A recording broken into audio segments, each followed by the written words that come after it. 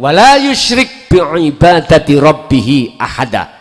Jangan pernah dalam hati jenengan ketika saat sholat, ketika saat apapun ibadah, apapun aktivitas apapun, hatimu ada iman selain Allah. Contohnya kula wau, contoh kula ngombe teh wau, kula dikatakan syirik manakala aku yakin datangnya rasa pahit, legi itu datangnya dari wedang teh. Jangan. Umpama pribadi saya ketika saat bertausiah, hatiku tidak boleh ada rasa iman datangnya dari diri saya. Hati saya harus beriman datangnya semata-mata dari Allah Subhanahu. Ngomong gampang, isoe praktek jadi gampang tergantung jenengan sering latihan apa ndak. Kalau sering latihan, hatimu berzikir, meyakini, merasakan kehadiran Allah dalam diri Anda, subhanallah, aku yakin praktek mungkin pasti akan jadi mudah dan gampang.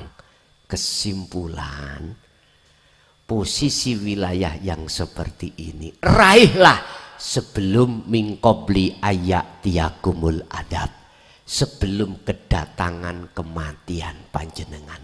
Oleh sebab itu ada resiko siapapun kita manakala belum meraih derajat yang seperti ini kok ya sudah kematian datang. Ayatnya diteruskan, summala tunsorun, Allah tidak akan menolong kita. Akhirnya apa Pak? Ketika masuk ruh ini di alam barzah, gelap, golongan kiri gelap. Tapi kalau sebelum kematian datang jenengan sudah di posisi wilayah makrifat terhadap Allah ini, maka Allahu waliyul ladina amanu yukhrijuhum minadh-dhulumati ilan nur. Anda akan masuk alam sing alam itu terang benderang. Wes sinten mriki sing tahu mati? Ada? Mati suri loh, mati suri. Ada enggak? Lah itulah nanti akan tahu, wa min waraihim barzakhun ila yaumi yub'atsun. Ruh ini akan masuk di dalam alam barzah.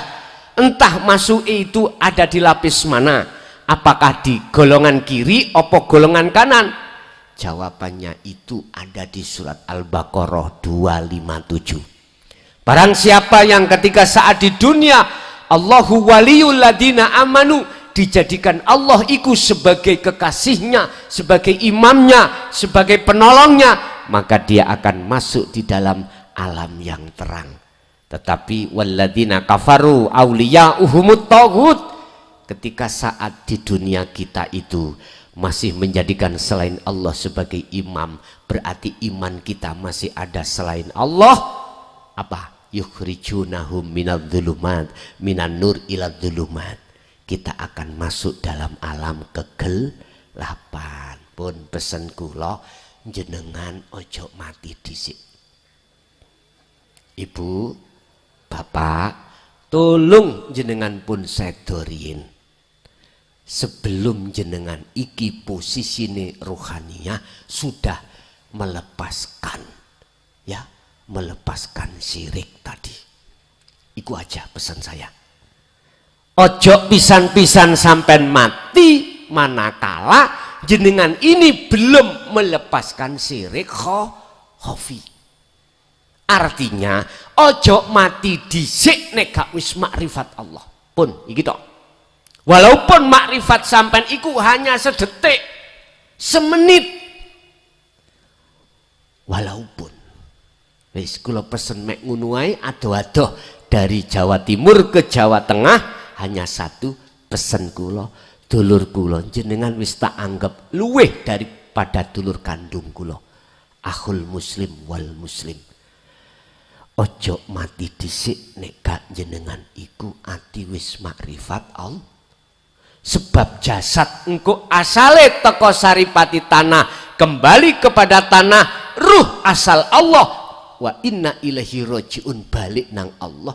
iki dalane balik untuk kesana nek gak ditolong Allah yo gak iso tekan. Kalau jasad Pak gak iso budal dewe, ada tetangga yang mengantar. Nggih mboten? Roh niki le. Kembali kepada Allah dengan sendiri siapa yang mengantar? Gak ada yang bisa mengantar kecuali Allah. Kecuali Allah. Lah Allah akan menjemput kita, Allah akan memberikan pertolongan kita karena kita waktu di dunia sudah melepaskan syirik. Syirik yang menyekutukan Allah. Wala yusyrik bi ibadati rabbih ahada. Harus tidak ada syirik itu. Syirik kan ada dua, jali dengan khafi.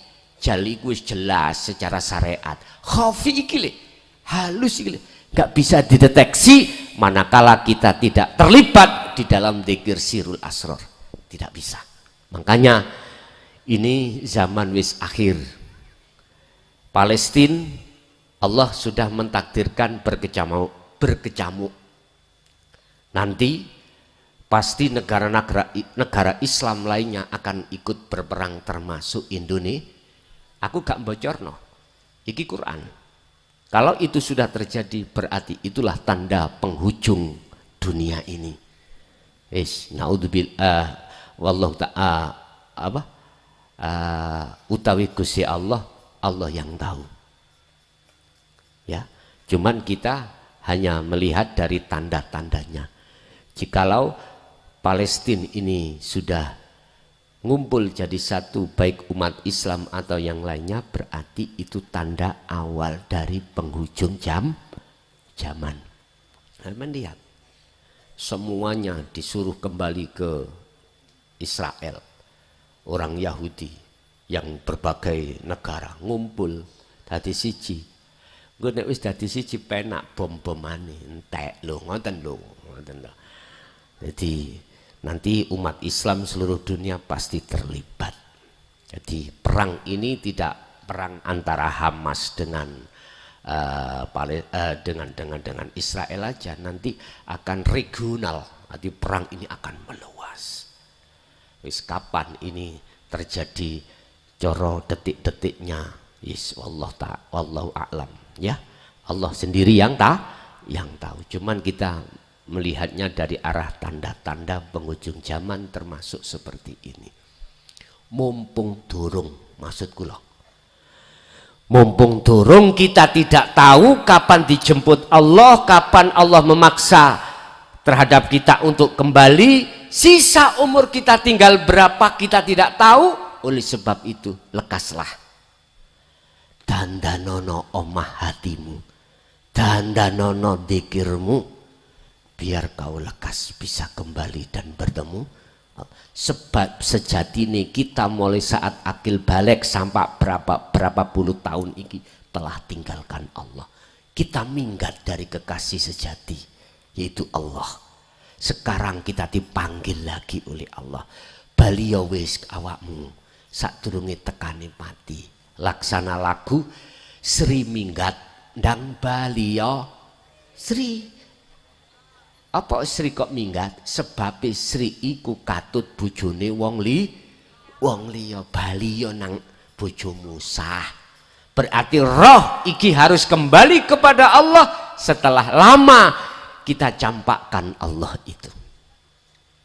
Bapak Ibu hadirin jamaah rahimakumullah, kesimpulan untuk mencapai raih derajat kesempurnaan Islam, kita yang di syariat harus lekas ke thariqah, yang thariqah lekas ke hakikat, hakikat lekas ke makrifat. Kesempurnaan inilah 4 rangkai yang tidak dipisahkan.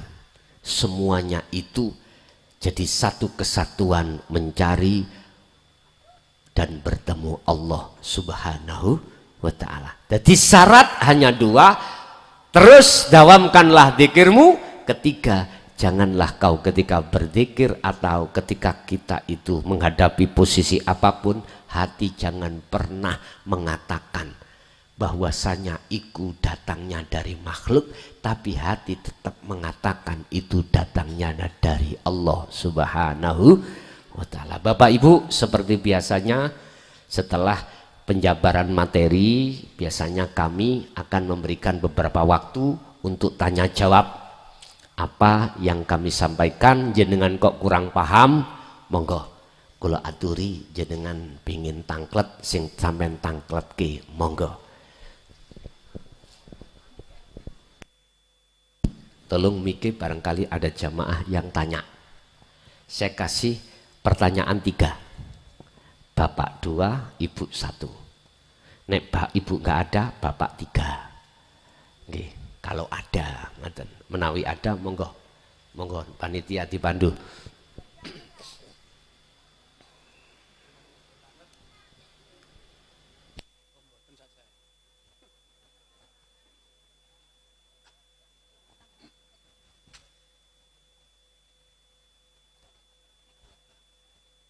Sampun. Okay. Bapak Ibu hadirin, itu Bapak ada. Monggo Pak. Saking pundi namine sinten? Assalamualaikum warahmatullahi wabarakatuh. Waalaikumsalam warahmatullahi wabarakatuh. Nami kula Sarjono saking Wates. Alhamdulillah kula saged mitangataken anginipun ngaos Gus Klason amargi kula wau buka wonten YouTube kula pun dangu Gus anginipun ngikutin Gus. Waktu pas badminton buka status wah wonten Kerembangan, nah kula langsung mriki niki wae. Wonten. Wates saking mriki tebih napa? Nggih, 5 kiloan. 5 kilo. Nggih. Lah ajeng kula tanglatin ngoten namun cerita riyen nggih. Monggo. Kula bertahun-tahun alhamdulillahirabbil alamin. Waktu itu saya bermujahadah ya kemana ya roh, terus itu kan saya penasaran Gus. Dalam arti hati saya itu Allah itu di mana kan gitu. Sampai-sampai saya terus selalu mendengarkan di medsos beberapa kaitannya dengan syariat, hakikat, makrifat. Ternyata saya telusuri itu kok sama semua. Ternyata di antara para kiai para itu Gus yang saling terbuka sendiri kaitan dengan Sirul Asrar itu. Nah, yang pertama saya tanyakan begini Gus, saya memang waktu itu mengalami beberapa memang berat. Dalam arti saya waktu itu ngikuti dari Jahar Sir sampai Sirul Asrar. Nah, ternyata mengalami di badan kita itu waktu pertama ya kita cerita dulu Gus. Katanya ngimpi ini Gus. Pertama tidak ngimpi, waktu itu saya menjalani sir. Lah itu saya badan saya bergerak sampai nggak karu-karuan. Berat rasanya itu waktu itu. Lah terus berkelanjutan berhari-hari, tapi kejadiannya selalu jam 3 pagi Gus. Lah yang kedua itu saya sampai setengah sadar itu waktu ke sir itu ngambang berlanjut lagi ngimpi lagi saya, tapi itu ngimpi kalau yang ini ngimpinya begini Gus. Lah waktu itu saya jalan ternyata langsung saya tidak bisa apa-apa, langsung ada pohon di sebelah saya itu goyang terus daun itu jatuh. Astagfirullah, ini apa ini ya? Tapi dalam jawaban hati saya itu apakah namanya yang la haula wala quwata itu apa bagaimana kan gitu. Lah yang kaitannya dengan kehampaan itu apakah manusia itu harus hancur apa bagaimana? Kehampaan itu apa kefanaan itu yang saya maksud itu di hati saya begitu Gus. Lah kelanjutannya waktu itu terus berhari lagi masih proses lagi sampai itu memang lihat sendiri saya sampai lihat barang-barang yang goib sampai kelihatan, tapi saya tetap la ilaha illallah, tetap makhluk yang bilang gitu. Sampai diberi warna-warna lah istilahnya. Sampai terakhir itu saya mendapatkan sampai ada itu langsung itu Gus. sinar. Sinar itu ada 3. Yang pertama itu kekuningnya seperti sinar matahari tapi redup kayak bulan itu. Lah yang kedua ada birunya, ada kuningnya. Yang terakhir itu putih sampai di depan saya itu sampai biar. Lah itu waktu itu hati saya langsung ces. Tidak, wah rasanya enak sekali, enjoy sekali itu. Lah itu saya merasa apa namanya itu Lailatul Qadar itu apa ini apa bagaimana itu yang saya tanyakan seperti itu. Itu enaknya sampai sekarang ini Gus, saya merasakan kemana-mana enjoy sangat adem sekali itu. Nah, apakah ya itu yang saya maksud sampai sekarang saya masih mengikuti Sirul Asrar karena saya selalu saya tajalikan. Apakah ini termasuk minta petunjuk dari Gus bagaimana langkah untuk selanjutnya? Siap. Apakah istilahnya udah sampai ke situ apa belum kan gitu? Siap. Terima kasih. Assalamualaikum warahmatullahi wabarakatuh. Waalaikumsalam warahmatullahi wabarakatuh. Ketika si Salik iku solo nuju wusul, itu Allah suka-suka mencoba terhadap kita, menguji terhadap kita. Innama amwalukum wa auladukum fitnah. Kadang-kadang secara muhadharah, secara dohir kita diuji lewat anak, diuji lewat harta benda, kita sampai tidak punya. Diuji Allah lewat harta benda, bisnisnya semakin baik, semakin tinggi. Iki ujian, semua ujian. Nah, secara rohaniyah seperti Bapak tadi diuji Allah di dalam alam mukasyafah. Tampilan cahaya tersebut bisa jadi dari nafsiyah amarah lawamah, mutmainah terakhir. Ya ayyatuhan nafsul mutmainnah irji'i ila rabbiki radiyatan mardiyah. Ini akan membawa cahaya yang putih. Tadi saya katakan di dalam surat An-Nur ayat 35, nurun ala nurin yahdillahi li nurihi mayyasha. Mohon maaf, cahaya makrifat itu Allah datangkan hanya terhadap hamba yang sudah memegang Sirul Asrar untuk menuju fana'udz dzikri. Sebab cahaya makrifat itu didatangkan untuk membuka alam musyahadah.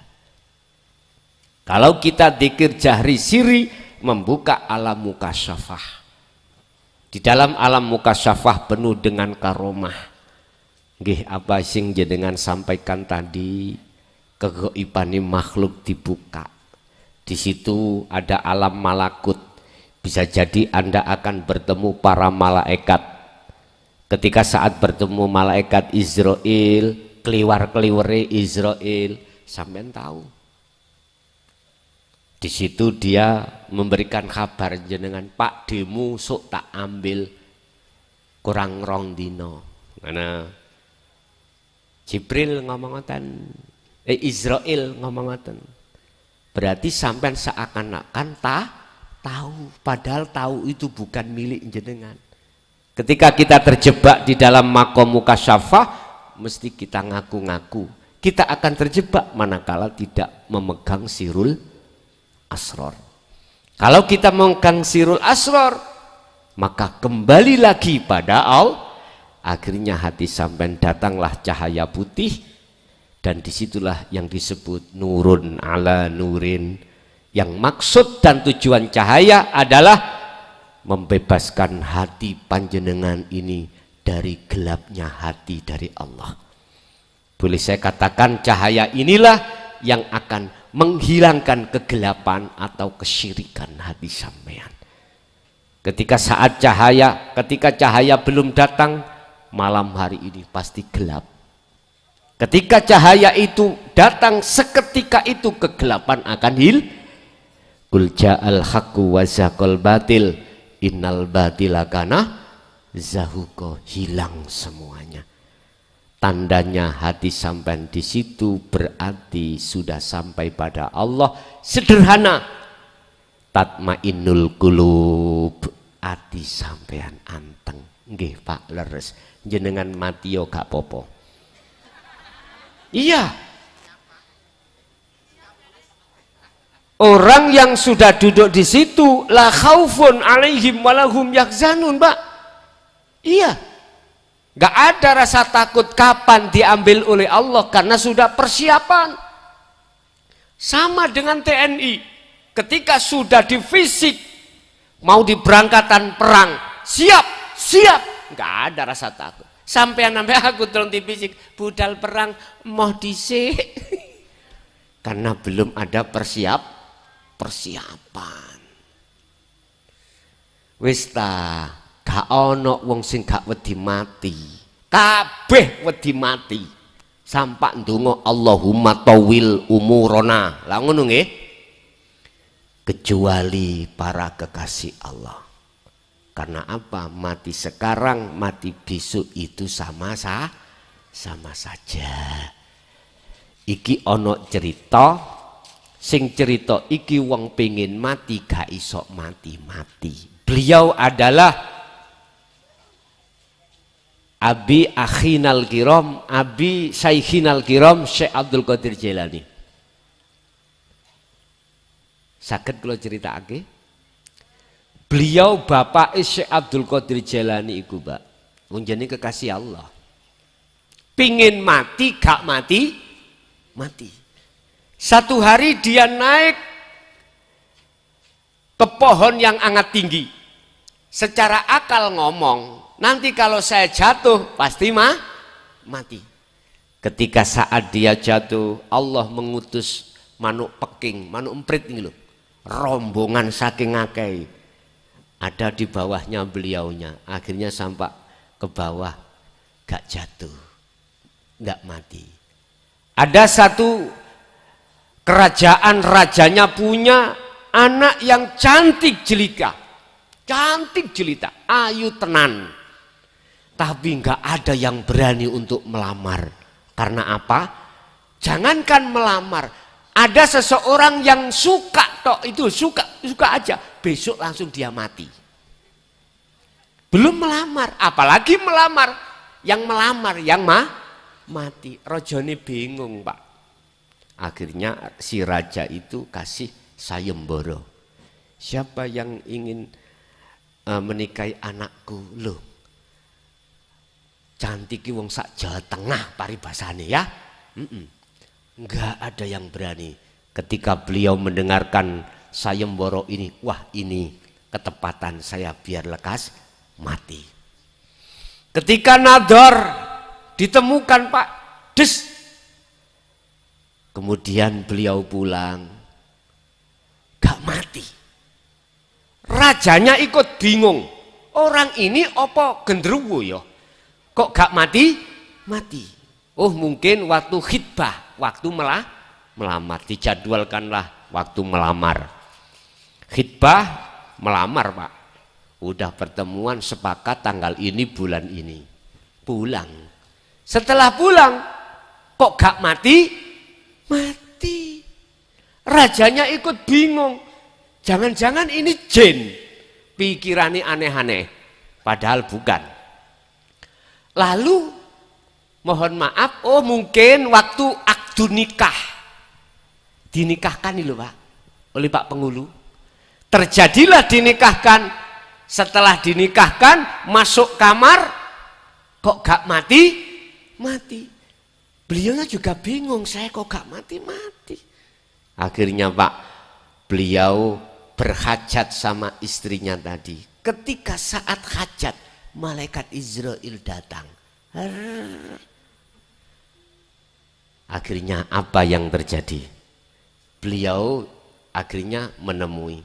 Jawabnya begini, waktu dulu aku minta balik gak enak, gak mati-mati. Sekarang tiba enaknya kamu mau mengambil. Akhirnya gelut, Pak. Malaikat Israel dengan beliaunya gelut. Kalah. Malaikat Israel lapor nang Allah. Ya Allah, wonten ada hamba jenengan yang tidak sebelah ini, artinya tidak seperti yang lain. Ada apa? Enggak mau, saya cabut gitu. Akhirnya Allah sendiri yang mencabut. Lah, ketika saat malaikat Israel kembali pada Allah dan didiskusi sama Allah, beliau sudah selesai hajat dan janinnya Nur Muhammadnya inilah yang menjadi Syekh Abdul Qadir sampai yang ngunua. Mengapa? Sebab beliau itu karena tidak kepencut ayune anaknya si raja, hatinya tetap pada Allah. Walaupun dia itu sampai melakukan, dia mentajalikan semua karena bukan karena nafsu birahi. Sekarang Bapak Ibu jenengan naik kepingin punya anak solih dan solihah, waktu hajat tolong hatimu tetap cantol nonang Gusti, ojo kok cantol nonang nafsu syahwat, cantol nonang Allah. Ikut dalane awali ada di situ. Sing durung nikah atau sing wis nikah engko bengi, Pak, ayo tajali Pak. Pak, ayo zikir Pak. Makanya mengapa ajaran syariat Rasulullah, siapapun Anda mau punya hajat pada istri, istri pada suami harus membaca bismillah. Artinya kudu eling nek kabeh iku Gusti lali ngoten niku. Diwaca tok atine lali nek kabeh sangka Gusti. Nah, iki persoalane. Jadi betul Mbak. Itulah panggonan yang dimaksud Allah, inna akramakum indallahi atqakum. Harus meraih seperti ini. Oke. Ada lagi? Laki-laki? Kalau nggak ada, Ibu ada? Cukup? Oke. Bapak Ibu hadirin, mari kita tutup dengan doa. Apa yang telah diberikan Allah pada malam hari ini semoga menjadi ilmu yang bermanfaat, ilmu yang barokah. Amin. Terhadap keluarga kita dan anak putu kita ila yaumil qiyamah. Amin. Lahumul Fatihah. A'udzubillahi minasyaitonir rajim. Allahumma salli wa sallim ala sayyidina Muhammad. Alhamdulillahi rabbil alamin. Allahumma sallimna wal muslimin min afatid dunya wa adzabil akhirah. Allahumma ja'alna auladana wa dzurriyyatina wa ahli baitina min ahli syuhudika ya Allah, wa min ahli dzikrika ya Allah, wa min ahli ta'atika ya Allah, wa min ahli ma'rifatika ya Allah, min qabli ayatiyakumul adzabuhum. Rabbana atina fid dunya hasanah wa fil akhirati hasanah wa qina adzabannar. Wa sallallahu ala sayyidina Muhammad. Alhamdulillahi rabbil alamin. Al-Fatihah.